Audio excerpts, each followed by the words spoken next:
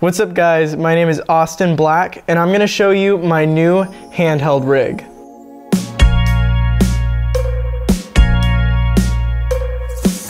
So Kristen and I are right back at it with our shoots. We've already had a wedding so far in 2019, and sort of a Christmas gift for myself was this new handheld setup with the cage, the handle, and the polarized ND filter. I was super excited to use it. I've been making it a point to shoot a little bit more handheld and on tripods. One thing that I've started to notice is that everyone kind of has a gimbal, and you need to kind of diversify the camera movement for the project to be interesting nowadays, I feel. I've been watching a lot of music videos and movies, and I've been enjoying just all of the different types of camera movement, whether that's handheld or the Steadicam / gimbal, or just the static shots. So yeah, that was the first thing I wanted to really tackle in 2019, was being a little bit more intentional with my camera movement. So let's put this together. So we start with the a7 III and we attach the cage to the 1/4-20 on the bottom of the camera. Then I put on the Sigma 24mm art lens. And here's my favorite part. I have these zoom adapters that magnetically attach the filter, which is awesome. So we're gonna attach the handle and attach the base plate to mount on the Ronin and to mount on tripods, attach the microphone, and voila. Okay, so the cage is a Smallrig. It's really just the basic a7 III, a7R3 cage that you can get on Amazon. It just goes into the 1/4-20 on the bottom of the camera. Super easy to use. It's really important because it not only protects the camera, it also gives you tons of mounting points.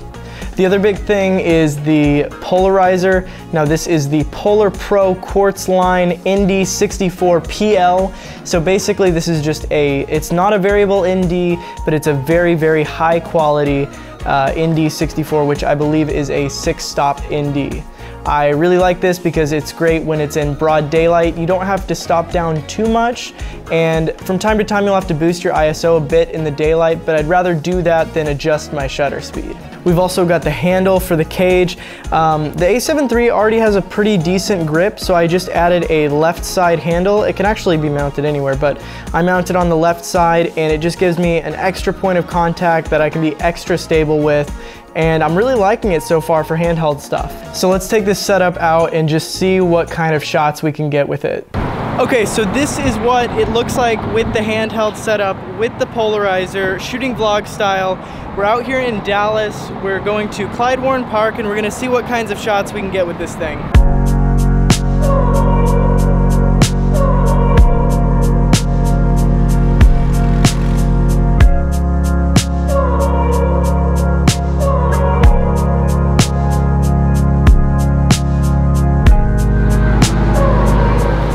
So one thing that this rig isn't very good at is filming somebody walking. You don't get that floating effect like you would on a gimbal. So let's test out what we can do handheld, then let's add a third point of contact with a camera strap, then let's put it on a gimbal.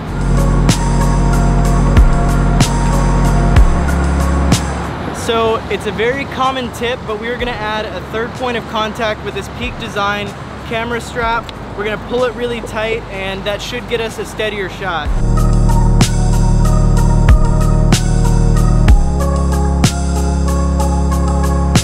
So the gimbal helps a lot, and the polarizer is huge when you're using a gimbal because you've got that extra bit of motion blur that just makes it look way more natural.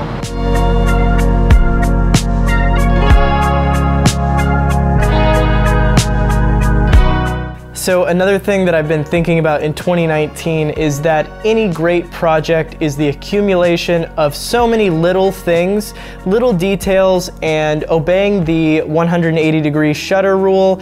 That's just one little thing that will just improve your films.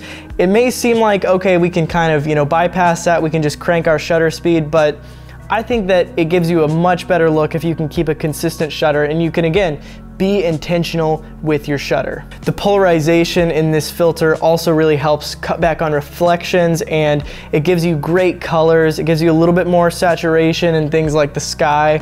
You can really tell a difference when you're using it. Okay, so I've used this setup 3 times. I took it out with Kristen to walk our dog. I went to Clyde Warren Park and used it, and I also shot a wedding. And I really love this setup for shooting weddings. The first thing and the biggest thing is that I was using this camera on the gimbal for most of the day, and then I had this camera with a Peak Design camera strap around my neck so I could quickly swap between the two, 24mm and 50mm, and I could put together these cool sequences. And what was really amazing is that I could take the Polar Pro ND. I bought these magnetic adapters so I could just pop off the filter and put it on the other lens, continue shooting really fast. So that setup worked really well for a lot of the day scenes. For the reception, I put the handle back on the camera, and I was really happy with the stability of the shots and just the stability of the camera overall during those segments. It was a little bit of a hassle to put it on, but I think overall it's worth it.